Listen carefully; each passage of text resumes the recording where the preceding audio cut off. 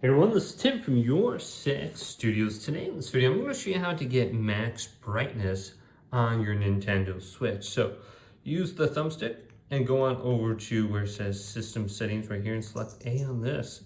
And then go on down to where it says Screen Brightness. And then we can adjust the brightness under here. So you may be able to see it if you scroll up.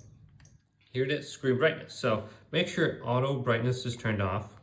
And then you can manually adjust this left or right. Just go all the way to the right. It will be max brightness. Now another thing that you can do is hold down the home button. If you hold this down for like 2 seconds, you have an option right here to adjust the screen brightness, left or right. This is the quick settings menu.